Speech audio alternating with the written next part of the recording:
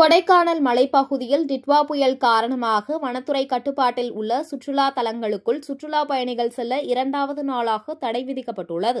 திண்டுக்கல் மாவட்டம் கொடைக்கானல் மலைப்பகுதியில் காற்றுடன் கூடிய மிதமான மழை, சாரல் மழை என மாறி மாறி தொடர்ந்து மழை பெய்து வருகிறது.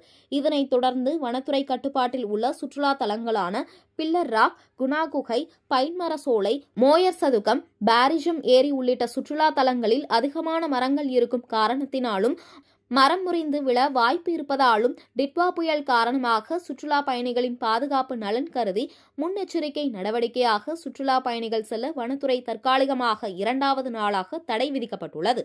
இதனையடுத்து வார விடுமுறையில் குவிந்த சுற்றுலா பயணிகள் வனத்துறை கட்டுப்பாட்டு சுற்றுலா தலங்களை காண முடியாமல் ஏமாற்றத்துடன் சென்றனர்.